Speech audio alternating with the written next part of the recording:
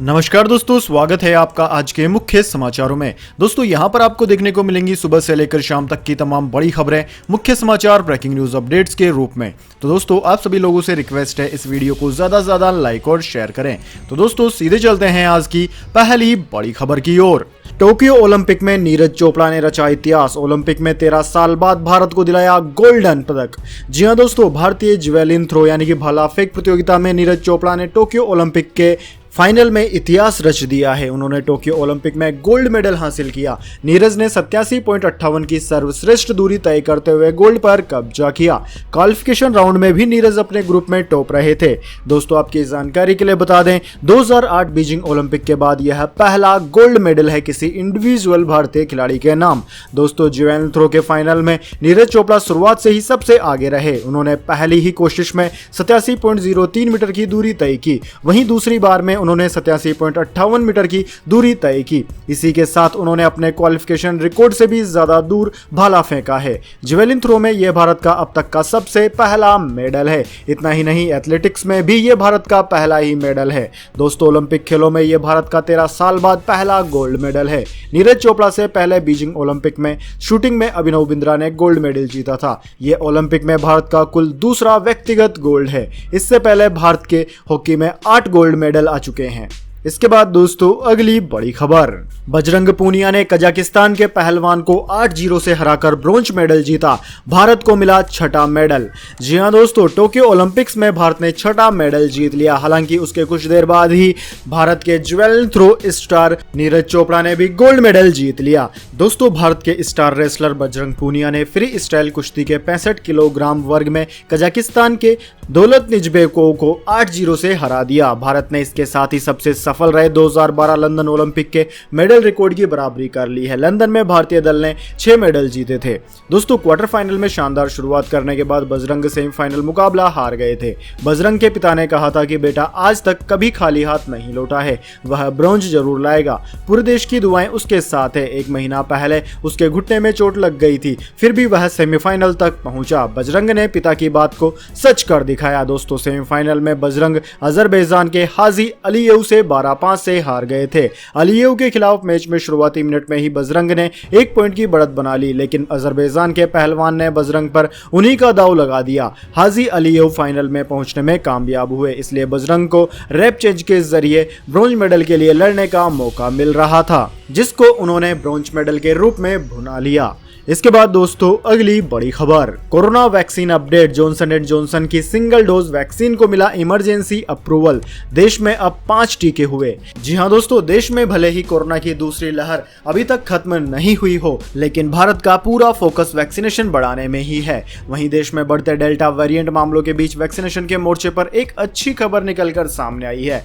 दोस्तों केंद्र सरकार ने अमेरिकी कंपनी जॉनसन एंड जॉनसन की सिंगल डोज कोरोना वैक्सीन को इमरजेंसी अप्रूवल दे दिया है। ऐसी उम्मीद जताई जा रही है कि जॉनसन एंड जॉनसन की यह वैक्सीन जल्द ही भारतीय बाजार में मिलनी शुरू हो जाएंगी। स्वास्थ्य मंत्री मनसुख मंडाविया ने शनिवार को अपने ट्विटर हैंडल से इस बात की जानकारी दी। दोस्तों आपकी जानकारी के लिए बता दें, पिछले हफ्ते ही अमेरिकी कंपनी जॉनसन एंड जॉनसन ने भारत में तीसरे चरण के क्लिनिकल ट्रायल की अनुमति मांगी थी, लेकिन आपकी जानकारी के लिए बता दें अब भारत में आपात इस्तेमाल की मंजूरी के लिए क्लिनिकल ट्रायल की जरूरत नहीं है। इस वजह से सीधे ही जॉनसन एंड जॉनसन को पास कर दिया गया। इसके बाद दोस्तों अगली बड़ी खबर, ओम प्रकाश राजभर ने बीजेपी को दी चेतावनी। योगी के नेतृत्व में लड़ा चुनाव तो नहीं करेंगे गठबंधन। जी हां दोस्तों, सुहलदेव भारतीय समाजवादी पार्टी के अध्यक्ष ओम प्रकाश राजभर का कहना है कि अगले साल यूपी में होने वाले चुनावों के लिए बीजेपी भले ही उनकी सभी शर्त मान ले, इसके बावजूद अगर बीजेपी ने योगी आदित्यनाथ के नेतृत्व में चुनाव लड़ा तो वे उससे गठबंधन नहीं करेंगे। राजभर ने कहा कि वे 27 अक्टूबर को पार्टी का स्थापना दिवस मनाएंगे। उसी दिन 2022 के विधानसभा चुनाव के लिए अपने फैसले की घोषणा भी करेंगे। ओम प्रकाश राजभर ने कहा कि पहले तो बीजेपी से उनका गठबंधन होने वाला ही नहीं है। अगर बीजेपी ऐसा चाहती है तो उसे देश भर में जातिवार गणना, सामाजिक न्याय समिति की रिपोर्ट लागू करना, पिछड़ी जाति का मुख्यमंत्री घोषित करना, एक समान और अनिवार्य निःशुल्क शिक्षा जैसी शर्तें माननी होंगी। राजभर ने कहा कि प्रधानमंत्री नरेंद्र मोदी और गृह मंत्री अमित शाह जिस तरह मुख्यमंत्री योगी आदित्यनाथ की झूठी तारीफ कर रहे हैं, उससे तो यही लगता है कि अगला विधानसभा चुनाव योगी के ही नेतृत्व में लड़ा लड़ा जाएगा। ऐसी स्थिति में हम भाजपा से कतई गठबंधन नहीं करेंगे। दोस्तों, सीएम योगी आदित्यनाथ पर निशाना साधते हुए राजभर ने कहा कि राज्य में योगी सरकार पूर्ण रूप से फेल है। जब मैं मंत्री था तो सोनभद्र गया था, दौरे के बाद आया तो वहां की व्यथा मुख्यमंत्री को बताई। वे कहने लगे कि आप केवल सरकार की आलोचना करते हैं। हमने उन्हें थाने में गरीबों की सुनवाई नहीं होने की बात कही तो वह भी नहीं मानी। इसके बाद दोस्तों अगली बड़ी खबर, राहुल गांधी का ट्विटर अकाउंट अस्थायी तौर पर सस्पेंड, बहाली की प्रक्रिया जारी, कांग्रेस ने कहा। जी हां दोस्तों, कांग्रेस ने कहा है कि राहुल गांधी का ट्विटर अकाउंट अस्थायी तौर पर सस्पेंड कर दिया गया है। इसे फिर से रिस्टोर करने के लिए उचित प्रक्रिया का पालन किया जा रहा है। पार्टी ने ट्वीट करते हुए कहा कि तब तक वह अपने दूसरे सोशल मीडिया प्लेटफॉर्म्स के जरिए जुड़े रहेंगे और हमारे लोगों के लिए अपनी आवाज उठाते रहेंगे और उनके लिए लड़ते रहेंगे। दोस्तों, कांग्रेस ने अपने ट्विटर हैंडल से ट्वीट किया, राहुल गांधी का अकाउंट अस्थायी रूप से निलंबित हुआ है और इसकी बहाली के लिए जरूरी प्रक्रिया चल रही है। पार्टी ने कहा कि अकाउंट बहाल होने तक वह सोशल मीडिया के दूसरे प्लेटफॉर्म के साथ आपके साथ जुड़े रहेंगे, लोगों के लिए अपनी आवाज उठाते रहेंगे और उनकी लड़ाई लड़ते रहेंगे। जय हिंद। दरअसल दोस्तों, आपकी जानकारी के लिए बता दें, सूत्रों का कहना है कि दिल्ली में कथित दुष्कर्म और हत्या के मामले की 9 वर्षीय पीड़िता के माता पिता से मुलाकात की तस्वीर ट्विटर पर साझा करने के मामले में राहुल गांधी का अकाउंट निलंबित हुआ है। गौरतलब है कि ट्विटर ने शुक्रवार रात राहुल गांधी के इस पोस्ट को हटा दिया था। पिछले दिनों जब राहुल गांधी ने इस तस्वीर को साझा किया था तो उसके बाद राष्ट्रीय बाल अधिकार संरक्षण आयोग ने ट्विटर और दिल्ली पुलिस को पत्र भेजकर इस मामले में कार्यवाही के लिए कहा था। इसके बाद दोस्तों अगली बड़ी खबर, यूएई और भारत के बीच उड़ानें हुई शुरू, भारतीय प्रवासियों में खुशी की लहर। जी हां दोस्तों, संयुक्त अरब अमीरात और भारत के बीच आज से फ्लाइट शुरू होने जा रही है। लंबे समय बाद संयुक्त अरब अमीरात ने कुछ प्रतिबंधित देशों में उड़ान नियमों में ढील दी है। इसी के साथ कई भारतीय प्रवासी छुट्टियां मनाने के लिए घर जाने की सोच रहे हैं। कोरोना के चलते लंबे समय से जारी प्रतिबंधों के चलते कई लोग लंबे समय से अपने घर से दूर हैं। बेंगलोर के विनोद थंगूर जैसे भारतीय 2 साल से अपने घर नहीं गए और अब अपने माता पिता से मिलने के लिए बेचैन है। दोस्तों, खलीज टाइम्स की रिपोर्ट के मुताबिक विनोद कहते हैं कि मैं अगस्त 2019 में आखिरी बार भारत आया था। तब से मैं अपने माता पिता से मिलने का इंतजार कर रहा हूं, जो बेंगलोर में अकेले रहते हैं। वहीं दोस्तों, बहुत सारे लोग ऐसे हैं जो भारत से दुबई जाना चाहते हैं, उनमें भी खुशी की लहर है। इसके बाद दोस्तों अगली बड़ी खबर, अफगानिस्तान तालिबान, अफगानी सुरक्षा बलों ने तालिबानी गवर्नर सहित 25 लड़ाके मार गिराए। जी हां दोस्तों, अफगानिस्तान के कुंदूज और निमरूज प्रांत में सुरक्षा बलों की कार्यवाही में दोनों प्रांतों के तालिबानी गवर्नर सहित 25 लड़ाके मारे गए। रक्षा मंत्रालय के उप प्रवक्ता फवाद अमान ने शनिवार को ट्वीट कर यह जानकारी दी। उन्होंने बताया कि कुंदूज प्रांत के दशत आसिर जिले में शुक्रवार रात अफगानिस्तान राष्ट्रीय रक्षा एवं सुरक्षा बल और सार्वजनिक विद्रोही बलों के जवानों के साथ मुठभेड़ में प्रांत के तालिबानी गवर्नर सहित 11 लड़ाके मारे गए।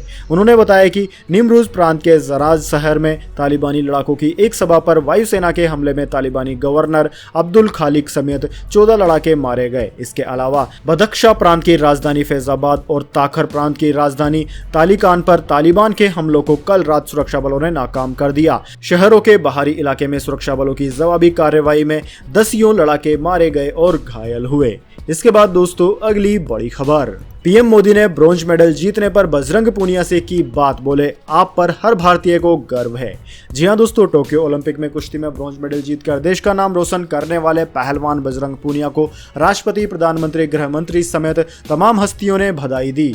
बजरंग ने शनिवार को 65 किग्रा भार वर्ग में कजाकिस्तान के पहलवान दौलत नियाज़बेकोव पर 8-0 की शानदार जीत दर्ज कर मेडल अपने नाम किया। प्रधानमंत्री मोदी ने बजरंग पूनिया से बात कर उनकी उपलब्धि की सराहना की और कहा कि आज हर भारतीय को उन पर गर्व है। दोस्तों, प्रधानमंत्री नरेंद्र मोदी ने पहलवान बजरंग पूनिया से बात की और कांस्य पदक जीतने पर उन्हें बधाई दी। उन्होंने बजरंग के दृढ़ संकल्प और कड़ी मेहनत की सराहना की, जिसके कारण यह उपलब्धि हासिल हुई है। मोदी ने कहा कि बजरंग की उपलब्धि पर हर भारतीय को गर्व है। इससे पहले उन्होंने ट्वीट कर लिखा, टोक्यो 2020 से खुशखबरी, बजरंग पूनिया ने शानदार तरीके से मुकाबला किया।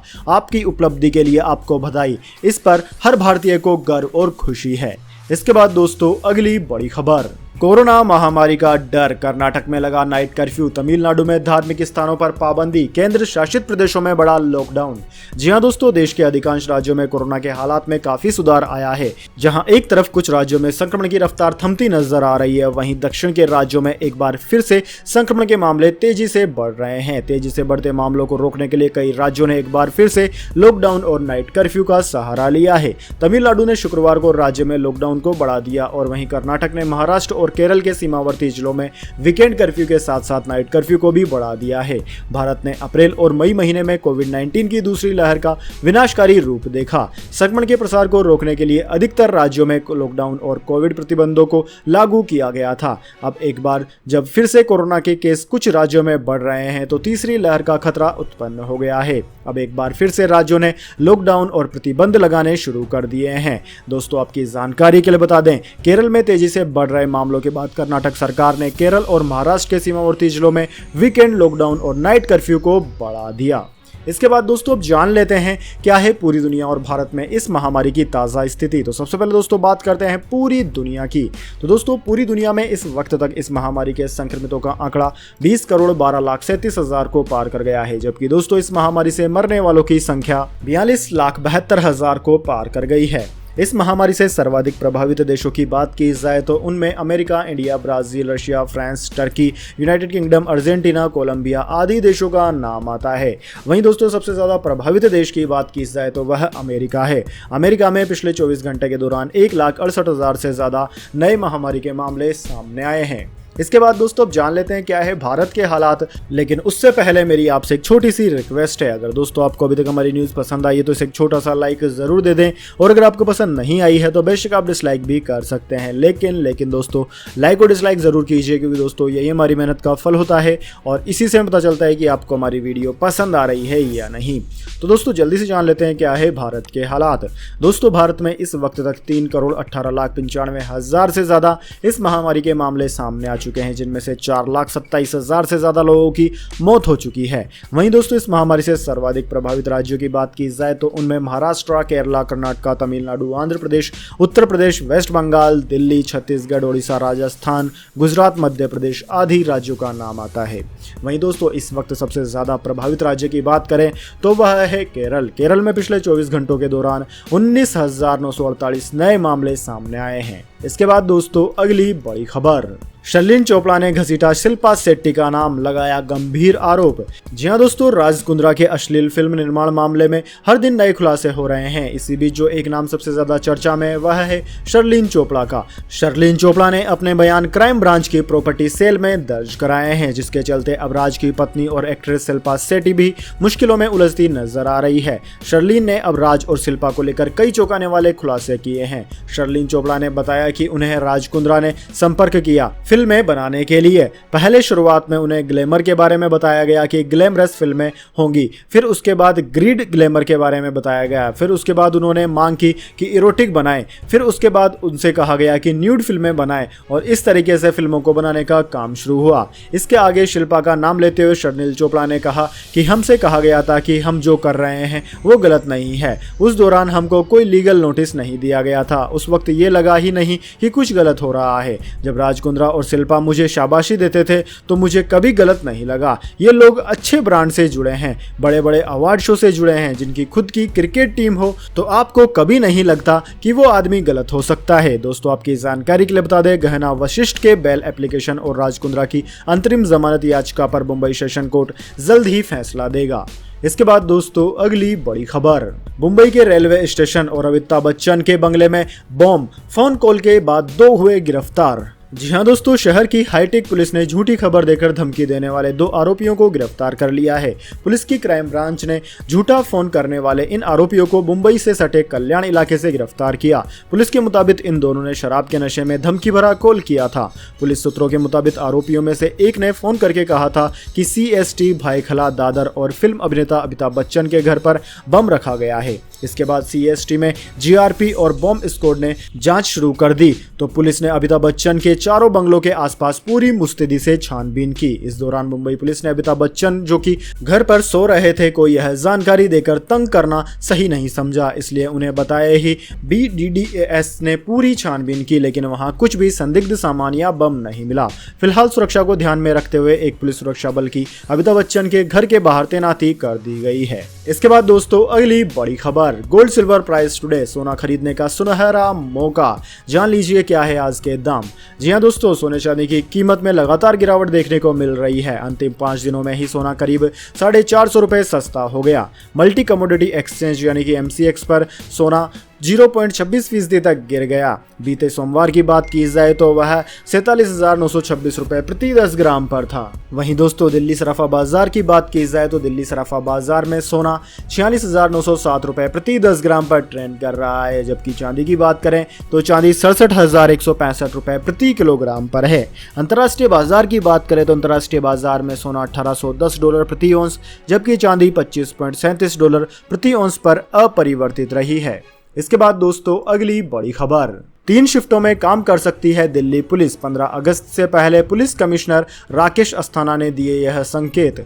जी हां दोस्तों, राष्ट्रीय राजधानी दिल्ली में इस वक्त स्वतंत्रता दिवस यानी कि 15 अगस्त की तैयारियां चल रही है। इसी बीच दिल्ली पुलिस के कमिश्नर राकेश अस्थाना ने अपनी स्टाफ को मोटिवेट करने के लिए करीब 1 घंटे तक उनसे वर्चुअली बातचीत की। इस दौरान उन्होंने जल्द ही दिल्ली पुलिस के 3 शिफ्टों में काम शुरू करने के भी संकेत दिए। दिल्ली के 208 थानों के स्टाफ से ऑनलाइन संवाद के दौरान कमिश्नर ने कहा कि मैं आपके वेलफेयर के लिए काम करूंगा। पुलिस कर्मियों की ड्यूटी 24 घंटे होती है, इसे देखते हुए मेरी कोशिश रहेगी कि आपके वेलफेयर के लिए काम हो। पुलिस कमिश्नर ने इशारा किया कि आने वाले समय में वे पुलिस कर्मियों की ड्यूटी 3 शिफ्टों में तय कर सकते हैं। दिल्ली CP ने आगे कहा कि हर शुक्रवार को पुलिस स्टाफ के लिए ओपन हाउस होगा, जिसमें दिल्ली पुलिस का किसी भी रैंक का स्टाफ मेरे पास आकर अपनी बात कह सकता है। ऐसे में अगर किसी स्टाफ को अर्जेंट कोई बात करनी है तो वो कभी भी मुझसे मिलने आ सकता है। इसके बाद दोस्तों अगली बड़ी खबर, वेदर अपडेट। अगले 2 दिन तक देश के कई राज्यों में भारी बारिश का अलर्ट। जानिए क्या है आपके राज्य का हाल। जी हां दोस्तों, मध्य प्रदेश और राजस्थान को अगले 2 दिन तक भारी बारिश से निजात नहीं मिलने वाली है। मौसम विभाग का कहना है कि अगले 2 दिन तक पश्चिमी मध्य प्रदेश और पूर्वी राजस्थान में व्यापक बारिश हो सकती है। मौजूदा वक्त में मानसून की टर्फ बीकानेर, जयपुर, पूर्वी मध्य प्रदेश के उत्तरी हिस्सों से बंगाल की खाड़ी के उत्तर पूर्वी के हिस्सों में होकर गुजरती है। इसके उत्तर की ओर हस्तांतरित होने की संभावना है। इससे 10 अगस्त से उत्तराखंड, उत्तर प्रदेश के उत्तरी भागों और देश के पूर्वी हिस्सों में बारिश की गतिविधियों में इजाफा होगा। दोस्तों मौसम विभाग की ओर से जारी अलर्ट में कहा गया है कि 10 अगस्त से उत्तराखंड, हिमाचल प्रदेश, उत्तर प्रदेश के उत्तरी भागों के साथ साथ बिहार, झारखंड, पश्चिम बंगाल और सिक्किम के विभिन्न हिस्सों में व्यापक बारिश हो सकती है। यही नहीं, 11 अगस्त को उत्तराखंड में और 10 अगस्त को उप हिमालय, पश्चिम बंगाल और सिक्किम में भारी से बहुत भारी बारिश की संभावना है। वहीं दोस्तों स्काईमेट वेदर की रिपोर्ट के मुताबिक अगले 24 घंटों में उत्तराखंड और पूर्वी उत्तर प्रदेश के कुछ हिस्सों में भारी बारिश हो सकती है। तो दोस्तों यह थी आज की तमाम बड़ी खबरें। इसके बाद दोस्तों बारी आती है आज के माइंड क्विज क्वेश्चन की। जी हां दोस्तों, एक आसान से सवाल का जवाब देकर आप जीत सकते हैं एक अमेजिंग सरप्राइज गिफ्ट हमारे यूट्यूब चैनल की ओर से। तो दोस्तों आज का सवाल आपकी स्क्रीन पर आ चुका है। केदारनाथ कौन से राज्य में स्थित है? जी हां दोस्तों, प्रसिद्ध केदार धाम कौन से राज्य में स्थित है? अगर दोस्तों आप जानते हैं इस सवाल का जवाब तो जल्दी से कमेंट बॉक्स में लिख दीजिए। अगर दोस्तों आपका जवाब होता है एकदम सही और आप चुने जाते हैं लकी विजेता के रूप में, तो आपको मिल सकता है एक अमेजिंग सरप्राइज गिफ्ट हमारे यूट्यूब चैनल की ओर से। तो दोस्तों जल्दी से अपना उत्तर कमेंट बॉक्स में लिख दीजिए, वीडियो को लाइक कर लीजिए और चैनल को सब्सक्राइब करके बेल आइकन भी दबा लीजिए। धन्यवाद। वंदे मातरम। जय हिंद, जय भारत।